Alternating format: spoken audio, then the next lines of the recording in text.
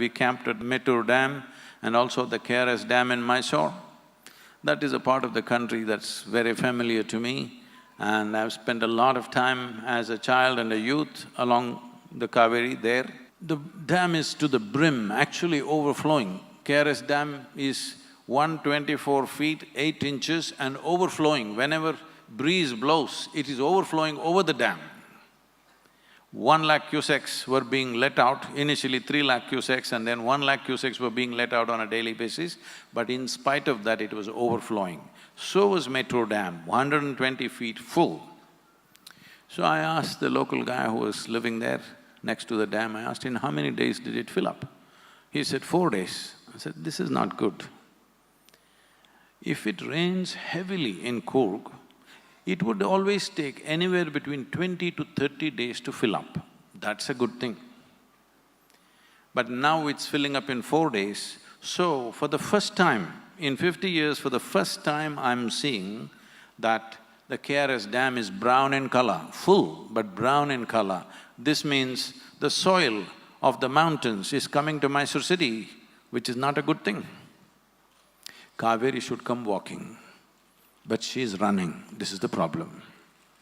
We need to understand, the same amount of rain is coming in the last 100 years, the average is same. Our only problem is we are not able to sequester the water that comes down in the form of rain, we are not able to put it into the soil, mainly because there is no organic content and there's not enough trees and vegetation. If we plant these 242 crore trees, we can sequester anywhere between 9 to 12 trillion liters of water.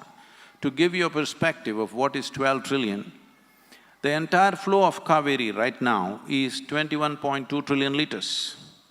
So 12 trillion liters extra if it goes into the land, the rivers, all the 120 rivers will flow, your lakes will be full, your wells will be full, above all, soil will be damp most of the year, and that is what is needed. For the state and the nation, if you want a solution, the maximum landowner on the planet is the farmer still. It is he who has to go for it. Why will he go for it? You want him to save the world? You want him to save Kaveri? You want him to save the nation? No. He is right now struggling for his livelihood. Now the only way it will work is that it must be an economic plan for him. This is what I've been looking at for over 25 years. Now we know 100%. This is not an experiment on the farmer. We know 100%. His life will change dramatically. Right now, if you ask any farmer, you can do a survey and see if you want. Not even 2% of the farmers want their children to become farmers. So in another 25 years when this generation passes, how do you think you're going to grow food? The most significant achievement in the country is, without any technology, without any modern science, just with traditional wisdom, our farmer is growing food for 1.4 billion people. This is not a small thing. This is the greatest achievement for this nation. But unfortunately, their condition right now is very, very bad. Everybody knows about the suicides and the stuff. This is a game changer for the farmer, for the soil and water, and for everybody. If 33% of farmers or 33% of the land goes into agroforestry, we have calculated by 8th year, the government will be earning 29,000 crores of GST. So, it is wonderful for the farmer, it is wonderful for the governments, and the governments are responding very responsibly. The farmer is very enthusiastic. Now, the civil society, it's our business to see somehow we grow healthy saplings for the farmer. 242 crores is a lot of saplings. There is no one department in the government, there's no one private agency or a commercial force which can grow this kind of number. And another problem is to grow quality saplings.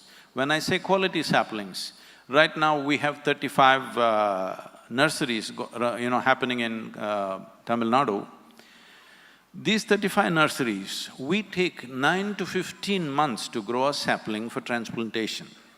Many commercial nurseries are growing the same sapling in 3 to 5 months because they use a lot of urea and grow it, we're growing it organically. What is the difference? The difference is just this: when transplantation happens, the survival rate is over 95%.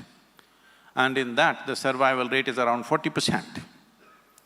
And recently, the Agricultural University of Tamil Nadu, TNAU in Coimbatore, which is a premier institution in the country, invited 40 different sapling producers in the state. The Isha nurseries also went. And of the 40 samples that came, all the 39 of them had nematode deposits on their roots. The only one without nematode deposits was from our nurseries. This is very important because when you shift the farmer into tree farming, suppose you give him bad saplings which will not produce the result that we are promising him, then you are pushing him further into a horrible situation, another corner.